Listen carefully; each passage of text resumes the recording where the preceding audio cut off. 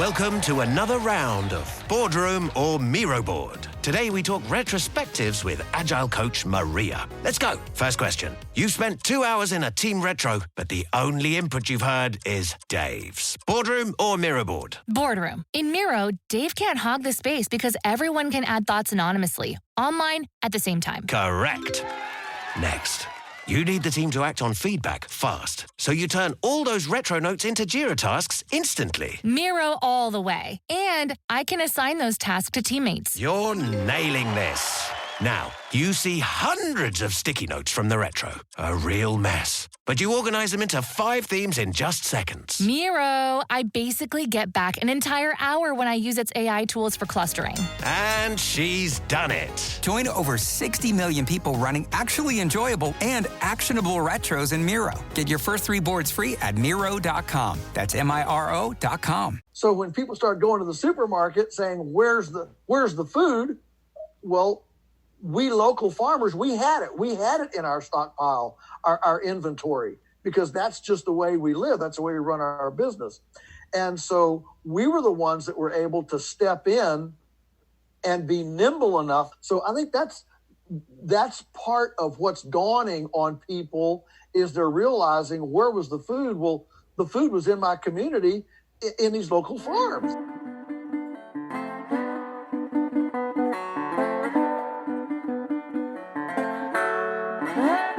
Today on Talk Farm to Me, we meet a Virginia livestock farmer who is considered the gold standard in sustainable agriculture by organic farmers around the world. Farmer, author, and lecturer Joel Salatin of Polyface Farm in Swope, Virginia, is a prolific writer and thought leader. He likes to stir the pot to get you thinking, even if you don't agree. Today, Salatin dishes on 3 major issues with farming and our food system that the COVID pandemic has made more obvious. And he has some solutions, too. Most of them involve you.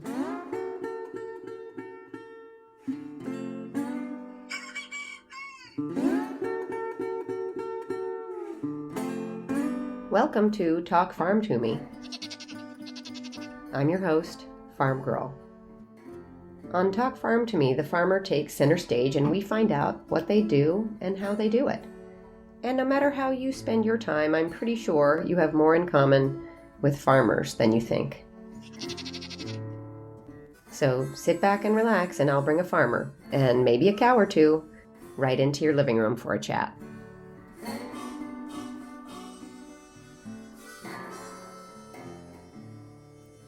On 550 acres, Polyface Farm is where farmer Joel Salatin raises cows, pigs, and chickens. Salatin has been known to call the meat he raises beyond organic. Salatin has authored no less than 15 books and writes and lectures prolifically across the globe. Polyface Farm is located in rural Virginia between Washington, D.C. and Richmond. Salatin and Polyface Farm featured prominently in author Michael Pollan's 2006 New York Times bestseller, Omnivore's Dilemma, A Natural History in 4 Meals. Salatin famously refused to ship Pollan any of his prized meat because Pollan lived in the Bay Area. Salatin, an authentic promoter of organic local food, considered that to be too far to be within the farm's natural food shed radius. Salatin describes himself as a Christian, libertarian, environmentalist, capitalist, lunatic farmer, and is known to have some controversial opinions. It's springtime at Polyface Farm, and Salatin and his team are immersed in the seasonal duties of running a farm.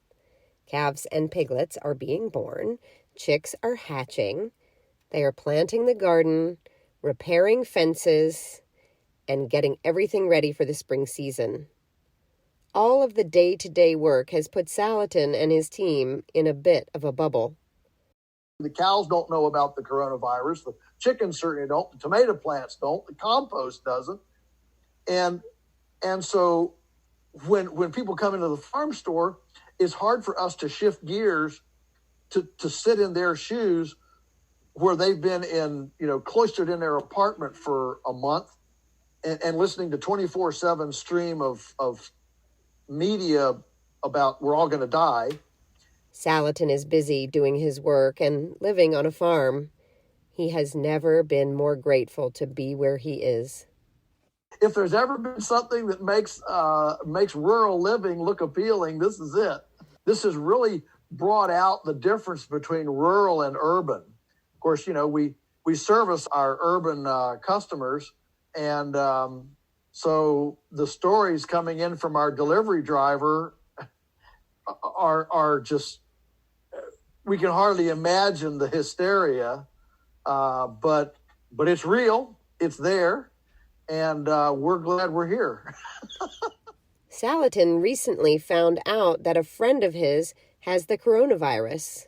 This makes the pandemic feel a lot closer to his farm and his home. But even before that, Polyface Farm had lost 30% of its business as its restaurant clientele shuttered their doors. Well, our restaurants are basically out. They're kaput.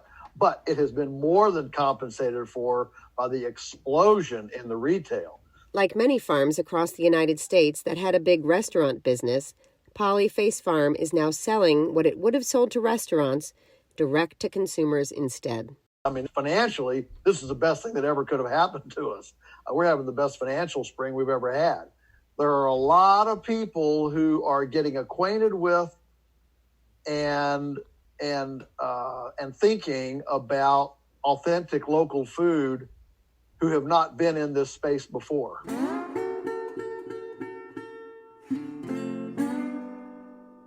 The coronavirus crisis has impacted daily lives across the globe in innumerable ways, with its rate of infections, hospitalizations, and deaths. With some people in lockdown at home and other essential workers, including doctors, nurses, farmers, and others risking their lives and working around the clock. The crisis has also made more obvious some pre-existing problems in the world of farming and food supply chains. They say that crises don't make new trends. They simply expose trends that are already there that may not have been as obvious as they may have been otherwise. Even before the COVID crisis hit, Salatin saw cracks in big business farming, cracks in the food supply chain, and even some cracks in how the government is handling things, one of Salatin's favorite topics. First, farming. Salatin sees some big cracks in big business farming, many of which are exacerbated and getting more attention under COVID. There's a big difference between farmers that are in this wholesale treadmill, like a Tyson chicken farmer or a Smithfield pig farmer, or goodness, somebody that's growing corn for Cargill. And I don't want to see anybody fail, but I think, and I'll make a lot of people mad here by saying this, but as you know, anybody that knows me knows that I don't back down from saying there's good farming and bad farming. And I think that if we fail to make that differentiation, that there can be good farming and there can be bad farming, I think we don't make progress. We don't get anywhere if we fail to make that differentiate. If we're all farmers, it's one for all for one, and that doesn't help us. That doesn't help us solve problems and make progress. Commodity farmers, those who grow products in bulk like wheat, dairy, corn, even meat, and send their products to wholesalers for distribution to consumers, are stressed. Many of them readily seek advice from Salatin.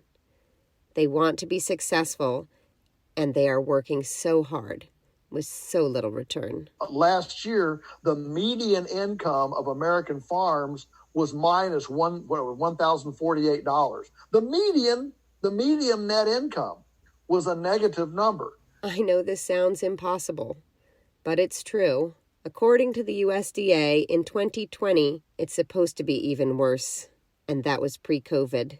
Many farmers have to take jobs off the farm just to stay afloat. We heard about this firsthand from former dairy farmer Peter Maurer in episode 1. He counted pills on the night shift in a pharmaceutical company for 11 years to try to save his farm. The 24/7 farm work combined with a negative income is stressful. I mean, farm suicides are up. Salatin is right about farmer suicide rates. A combination of rising debt, and tariffs, plunging prices for commodity crops, farming problems caused by climate issues, and the pressure to continue a family farming legacy amid modern farming challenges all contribute to farmer stresses. On a larger scale, the problems can feel, well, bigger. Every day, these stressed farmers are coming to me saying, okay, I went off the sinking ship. And the problem is the bigger they are, the harder it is to make the change because it's a lot harder to turn around an aircraft carrier than a speedboat. And in the commodity business, because your margin's so narrow, the only way that you can make a living is to grow, tons and tons and tons of stuff at this very, very narrow margin. They're in this horrific colonialism, beating the price to the bottom, global, how cheap can we make this? Cheap food policy, and it grinds people up. It does. Smaller entrepreneurial farmers like Salatin and others that we have featured on this podcast so far are in a different boat altogether.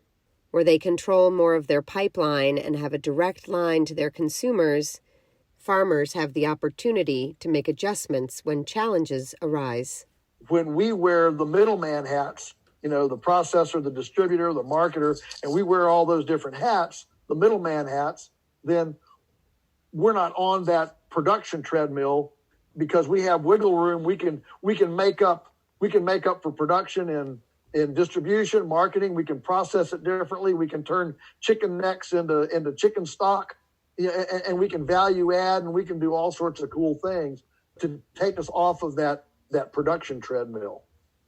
So for the commercial farmer who's locked into the commodity program, doesn't own a market, and is completely at the whim of a price where he's just a price taker, it's sad. It's really sad. To the bigger commodity farmer, Salatin has some tough love advice. I don't have an answer except to get off that ship as fast as you can. When I look at their situation, they never like this advice, but I tell them, well, you need to sell about half of your land to get out of debt, and that'll give you enough wiggle room to start something different. Doing something else means innovating. Salatin encourages farmers who want to shift their model to think creatively. What's not being done now that could be important and lucrative? And what that means is you might have to just say, right over here, we're going to do something different. Maybe it's some honeybees. Maybe it's some plum trees. Maybe it's a little, produce thing. Maybe it's a Chinese sunken greenhouse. I mean, there are, fortunately, in this food fiber space, there are a million things that you can do. Even within the same space, there are ways to farm and make money where the farmer is not beholden to a fixed price set by someone else. In wholesale dairy, for instance, farmers struggle to make money. At first blush, having less cows and making less milk does not necessarily seem like the solution. I mean, I'll never forget a guy, he had a massive dairy. I mean, he was milking a couple thousand cows up in Wisconsin.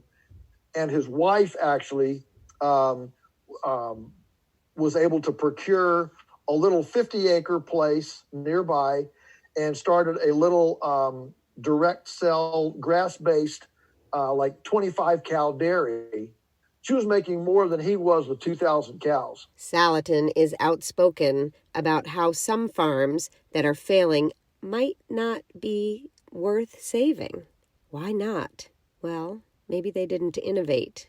maybe there's just not enough demand for what they are supplying. The old ones, the inefficient ones, the non-innovative, whatever, gradually go out. I realized that when there is disturbance and disruption in the culture, a winnowing has to take place.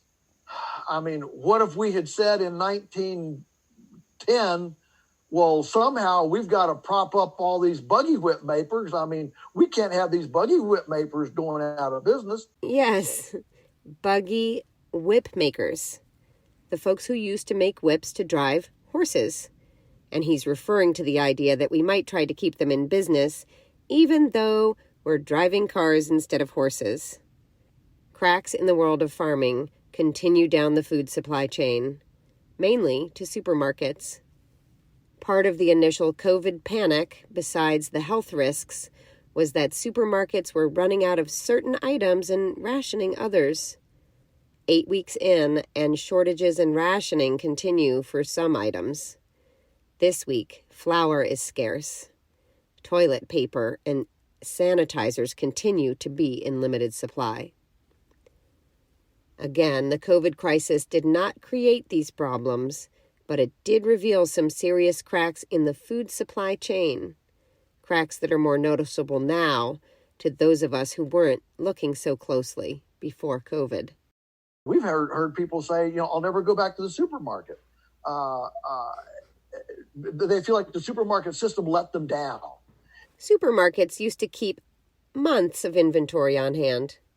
Salatin explains that now the supermarket system, the stores, the warehouses, the suppliers, practice just-in-time inventory. This is an industry practice that tightly calculates supply and demand to save costs. That sounds very efficient, but the fact is, if there's a shock in the system, it's very fragile because nobody has a stockpile anywhere. And so what happened was, as everybody started going home and got scared and wanted to buy 2 weeks worth of food instead of just 3 days worth of food. I mean, the average city has 3 days worth of food in it, only 3 days worth of food in it. So as people started cleaning off the shelves, the just-in-time inventory means that the grocer can't call up a warehouse because they're just in time. The warehouse can't call up the processor because they're just in time. The whole chain is just in, so there's nothing behind the curtain. Not able to find everything they wanted or needed in the supermarket, customers started thinking outside of their normal boxes. Where could they find food? How could they fortify their own personal security? Local farmers like us who are selling a branded product directly into the community, we don't practice just-in-time inventory. We do stockpile because a fox can get in the chickens, or a drought can happen and you don't have anything to sell. Part of our whole modus operandi is thinking 3 and 6 months in advance. We do maintain an inventory. This is not something that the average consumer thinks about, right? I mean, you go to the supermarket and you get what you need, period. So when people start going to the supermarket saying, where's the food? Well, we local farmers, we had it in our stockpile, our inventory, because that's just the way we live. That's the way we run our business. And so we were the ones that were able to step in and be nimble enough. So I think that's part of what's dawning on people, is they're realizing, where was the food? Well, the food was in my community in these local farms. That's where it is. I could go there and get it. And that's a good thing. That's a really good thing. At Polyface Farm, Salatin finds that consumers are entering a space that is new to them. They are shopping directly from the farm. And he's noticed that they are also changing some of their buying behaviors. We have a farm store, so there are lots of people coming into the farm store, and they're buying bulk. They're not buying, $20 worth of stuff. They're buying stuff for 2 or 3 weeks. So they're bringing coolers. They're walking out with, $300 and $400 worth of beef, pork, chicken. Selling food direct from the farm store isn't the only part of the business that's booming during COVID. Shipping meats anywhere in the country is up too. Why is this surprising? When New York Times bestselling author Michael Pollan first found Polyface Farm in researching his 2006 book, Omnivore's Dilemma, Salatin refused to ship meat to him. He said that Pollan was outside of the farm's local food shed radius of a 4-hour drive. As of last year, however, Salatin is shipping meats anywhere.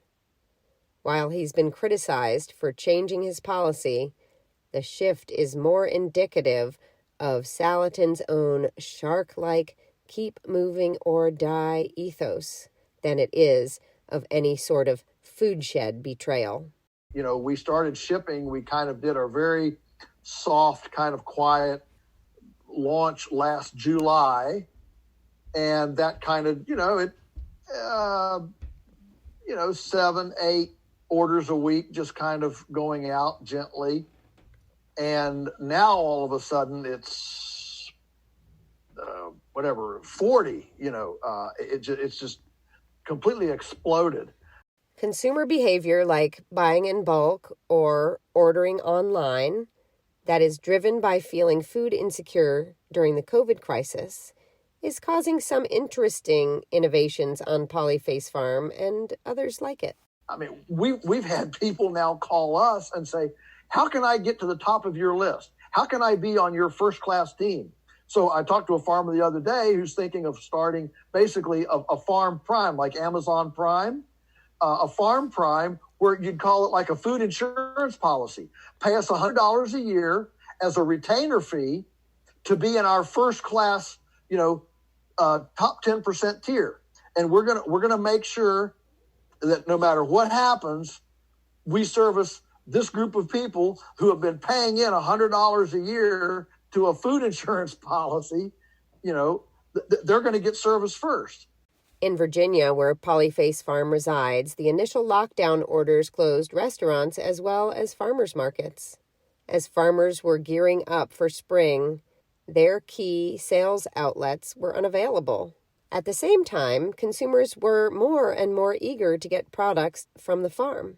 To respond, Polyface joined with some other producers to bring the farmers market to consumers in a minimal-touch curbside pickup environment. And so 4 of us went together, us and a produce operation, a bakery, and the cheesemaker. And the 4 of us went together and created an electronic platform. And it's the most convenient thing you can imagine. It's convenient for both farmers and consumers. And I think it really has legs. For the first time, I feel like in the local food scene, we finally have a credible competitor to Walmart curbside service, and that's pretty cool. It's been a really successful offering, and sales have just exploded. I mean, we're just finished today. It's the last of the 3rd week we've had this, and we're running up there into the $15,000 a week in sales. It's really dramatic. What will this mean for farms long term? So the question is, will it stick? Will the new people we're seeing and the new awareness we're hearing, is it going to stick? And as my son Daniel said the other day, we were talking about this, and he said, well, the fact is that if just 10% of it sticks, we're going to see a 30% increase in sales overall, going forward. Well, that's great. I'll take 30% increase in sales any time of day. Salatin sees more interesting positive changes on the horizon. Some of that is innovation from farmers, yes, but equally important is a trend toward consumers getting in the game too. Consumers' newfound interest in having a direct in with farms is what seems to be driving innovation. I think some things that will emerge are certainly urban farming, urban agriculture. We're going to see, I think, a pressure on things like homeowners associations that preclude growing a tomato plant because that's agriculture in an HOA, or backyard chickens. Salatin doesn't think that we will be going back to business as usual anytime soon. I think there's going to be a long tail to this thing, and some of it's going to be just avoidance of crowds, avoidance of bigs. People are going to want to shop small. They want to shop close. And this new way of thinking is going to drive what farms do, how they change to meet demand, and even the possibility of new farms popping up in our communities. What I'm suggesting is that there are going to be incredible brand new opportunities joining this community scale, human-sized local food effort as a new authenticity in the food system. And what does that mean for Salatin and other local farmers like him? Well, I think that those of us who know how to grow food and have a message and a provenance that has integrity and transparency, I think we're going to be in the driver's seat. Always thought-provoking and thinking, Salatin and his team at Polyface Farm spend a lot of time considering their customers, current and future. What kind of needs do they have? For farms like Polyface Farm, knowing your customers is key to knowing how to adapt to a constantly changing landscape. We've got the baby boomers. They get it. How do we get to these millennials? And there's a lot of good things about the millennials. Love millennials. But the one thing that really stuck out to me that was negative was that as a group, millennials would much rather spend money on something fun today than save money for either a rainy day or something bigger, more fun in the future. And that's all part of this convenience mentality. Salatin believes millennials are not well served by the current impulsive, I want it now culture. He thinks that a dose of cultural hardship and a forced frugality, like he experienced growing up, might serve them well into the future. You got to prepare for another 1929, right? You got to get ready for this. I mean, goodness, we even saved little squares of aluminum foil. There was a drawer in the kitchen, where if you had aluminum foil and it was left over, you put it in that. But my point is that Depression, World War II hardship really built in a kind of a pack rat stockpile saving mentality. Money, food, material, just the ability to live that I think we've lost. We've lost in our consumerism, materialistic, convenience-oriented, just-in-time abundance, everything. Salatin is a baby boomer. His parents and grandparents lived through the Depression and its aftermath when a self-sufficient mindset was needed for survival. And that mindset of conservation trickled down. But now in 2020, the historical memory of what it was like to live on the margins, to do without, to save, that has all but disappeared. Salatin thinks about COVID imposing a sort of cultural shift from where we were 2 months ago to where we were after both world wars. Back then, many families had vegetable gardens, victory gardens, to provide fresh vegetables during food shortages. It wasn't considered stodgy or paranoid or hillbilly, back. It was just what everybody did. And so what I see is this pandemic imposed home centricity is forcing people to, for the first time in their lives, reevaluate where home-centric satisfaction can come from. Home centricity. I kind of feel a new Joel Salatin book coming on. As we all live with new lockdown and distancing protocols, Many more of us are eating at home, finding entertainment at home, and non-essential personnel are working from home if they can. Social lives are being reinvented. Folks are doing things that they had put on the back burner bucket list. Making bread, reading more, organizing. Salatin wonders if we might find a new kind of happiness. Can I live here? Can I be with my kids and be satisfied and be affirmed and be happy? And so guess what? People are playing board games. They're composing poetry. They're planting gardens. They're getting backyard chickens. They're baking. I mean, for the first time, they're baking. Hey, let's bake some bread. Oh, cool, And wouldn't it be great if we could rediscover that personal life satiation can occur in the home, and we don't have to leave the home for life satisfaction. If nothing more than that happens, this will be a cultural game changer. Can you imagine that? Can you look at your more restricted home and social lives and think, how can I make the most of this? How can we find value in our current situation? Instead of thinking, when will we go back to how it was? Home is a pit stop between everything that's important in life. And what if home becomes what's important in life and everything else is just a little memory or a little, a fun thing, but home is actually where it happens. Home in the kitchen, home in entertainment, in recreation, creating that kind of home-centric curiosity and life orbit, I think can be a very positive thing in the culture. Salatin wonders if families might choose to continue eating more of their meals together at home once COVID lockdowns end. For the past 20 years, people have been getting more of their meals outside the home, restaurants, fast food, takeout, than they have from cooking at home. The numbers before the lockdown? 60% of all food in America, eaten in America, was prepared outside the home. 60%.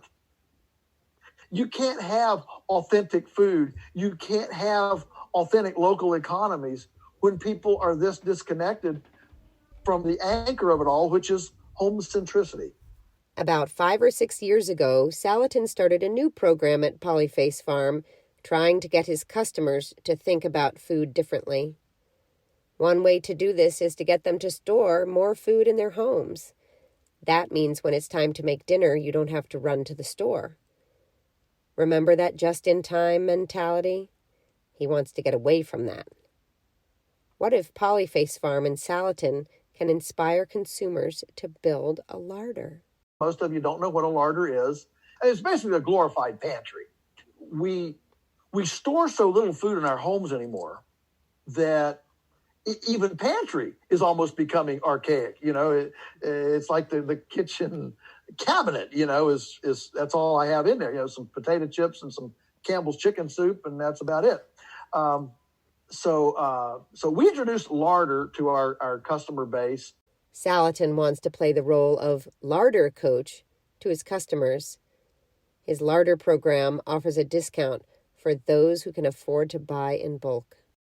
We wanted to really reward customers who would buy 10 and 15 chickens at a time, once a quarter, as opposed to the folks who just popped in and got, one chicken at a time.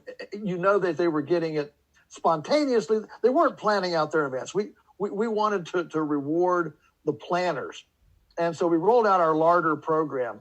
To have a larder, you have to adjust your thinking, how you buy food, how you store it, and how you plan your meals. And maybe even how you organize your home and your kitchen. Maybe you have to get a chest freezer. Okay, get one. And think out there 3 months in advance, not just tomorrow. 50% of Americans at 4 o'clock had no idea what was for dinner. Maybe a cultural shift A new mentality of being prepared for a rainy day will result from this COVID crisis. Even if you don't get a chest freezer, maybe the freezer and cabinets that you do have will be stocked differently, more thoughtfully. If going into this, almost every home in the country had 3 months worth of food in a larder, in a pantry, we would not have had the calamity at the supermarket that we had.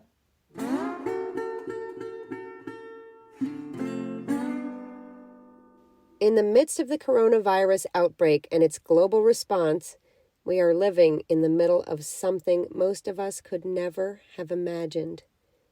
We're all living with a lot of uncertainty. So, what outlasts this chaos? What can we depend on? For food, for a feeling of security, for peace of mind. Maybe the farm. That's the therapy of a farm.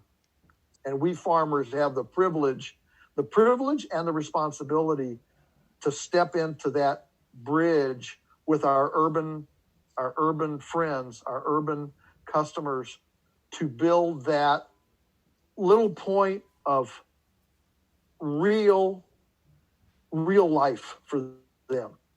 And people in these times of disruption, they're desperate to know what goes on, what outlasts this, what goes on. And on our farms, we have that. We need to share it.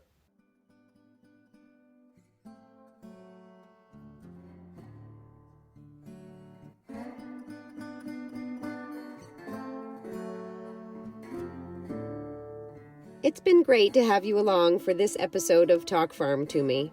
Special thanks always to our farmers who are working hard to get delicious food to us during the crisis and always. And of course, thank you today to Farmer Joel Salatin. Talking with him was one of the highlights of my last 56 days of lockdown. For more information about this episode, including links to Salatin's Lunatic Farmer blog, head on over to talkfarmtome.com. Next up on Talk Farm to Me, we explore what's going on in the dairy industry and why farmers are having to dump milk. It's not what you think either. We'll hear more from Joel Salatin on this issue, as well as some dairy farmers from Wisconsin, Florida, and New York. Thanks for listening. If you like what you heard, drop me a line or give Talk Farm to Me a rating on iTunes. And please don't be shy about sharing it with your friends.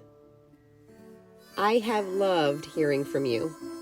How you're starting a garden, looking for a CSA, raising chickens for the first time, how you're interested in farms and the issues they face.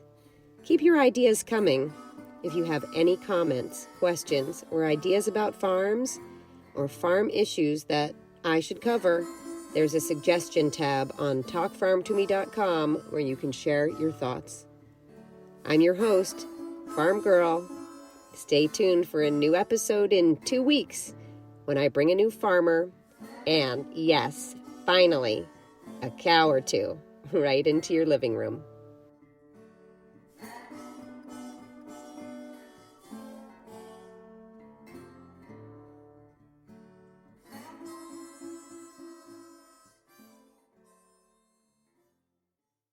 Welcome to another round of Drawing Board or Miro Board. Today we discuss technical diagramming with systems architect Maya. Let's go. First question. You've spent 10 hours slogging over a sequence diagram that should have taken 5. Drawing board or Miro board? Drawing board. And if I'm being honest, Miro would probably cut that time down by half. You know, with its AI tools and ready-to-go templates. Next, your diagrams become so bulky, it's more complex than the solar system. But all it takes is a few clicks and... It's Miro. I've used those technical shape packs way too many times, and stuff is just digestible on its infinite online canvas. Now, the final question. Everyone's brought in, but you have to make all these tasks all the way over in Jira. But wait, it's done. Is it... Miro, easy with its two-way Jira sync. Easy to plot dependencies. Everyone always knows what's up. And she's done it. Join over 60 million people creating generating technical diagrams without workflow glitches. Get your first 3 boards for free at Miro.com. That's MIRO.com.